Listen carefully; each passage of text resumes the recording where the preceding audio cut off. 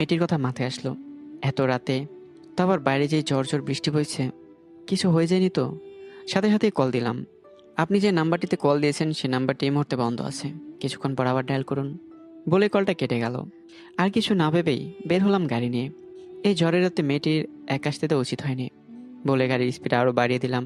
কিছু দূর যেতেই দেখি একটা মেয়েকে কতগুলো ছেড়ে ধাওয়া করছে। মেয়েটা বাঁচা বাঁচা বলে আমার গাড়ির সামনে এসে পড়ছে। আমি একটা ছাতা বের করে গাড়ি থেকে নামলাম। মেয়েটা আমার পিছনে এসেই, আমাকে বাঁচান, প্লিজ। বাহ, কি সুন্দর! এত সুন্দর দুটো চোখ। এর বিপরীতে আমি যেন কোনো কিছুই শুনছিলাম না। ওদের হাত থেকে বাঁচান প্লিজ। আমাদের মাঝে না ঢুকে চলে যায় এখান থেকে। দেখ আমরা কতগুলো। ছাতাটা একটু ধরেন তো। এবার আয়, তোদের জন্য কম হলেও একটা বরাদ্দ, না হলে পালা। গাড়ির ভিতর থেকে পিস্তল বের করে ওদের দিকে তাক করলাম। আপনাকে অনেক ধন্যবাদ। এত রাতে বাইরে কি করছেন? একটা কাজ আছে, এমনি অনেক দেরি হয়ে গেছে। এ নিন আপনার ছাতাটা। আমার একটু তাড়া আছে, যেতে হবে। কি কাজ? কোনো উত্তর না দিয়ে চলে যেতে লাগলো। কোনো চুক্তি আছে কি কারোর সাথে?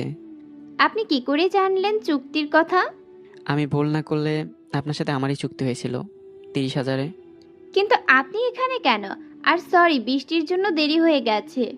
আপনার দেরি দেখে কল দিয়েছিলাম, ঢোকেনি, তাই বের হয়ে পড়ি আপনার কথা ভেবে। বিকেল থেকে বাসায় কারেন্ট নাই, আর মোবাইলের চার্জও নাই, তাই বন্ধ হয়ে গেছে। আচ্ছা, এখন গাড়িতে ওঠা যাক। ভিজে যাবেন তো? হুম।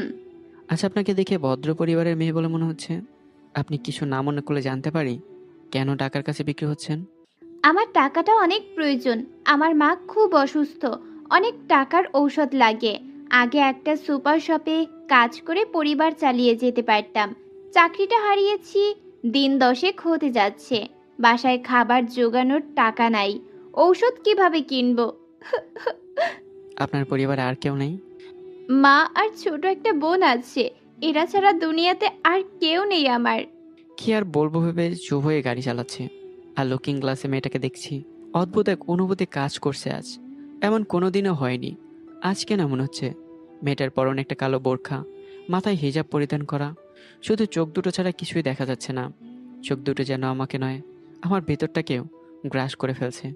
এসব ভেবেই খন্দকার বাংলার সামনে এসে হর্ন দিতেই দারুণ গেট খুলে দিল। এবার নামুন গাড়ি থেকে, এসে পড়েছি। এত বড় বাড়ি, আমার ভয় করছে। এমন বাড়ি ভুতুড়ে মুভিতে দেখেছি। ভয় কেন পাচ্ছেন? আমি আসি তো সাথে, চলুন। আচ্ছা। মেয়েটি মনে মনে ভাবছে, জীবনে যে নিজের সতীত্ব রক্ষার জন্য এত কষ্ট করলাম, সেই দেহটাই কিনা আজ টাকার কাছে বিলিয়ে দিলাম।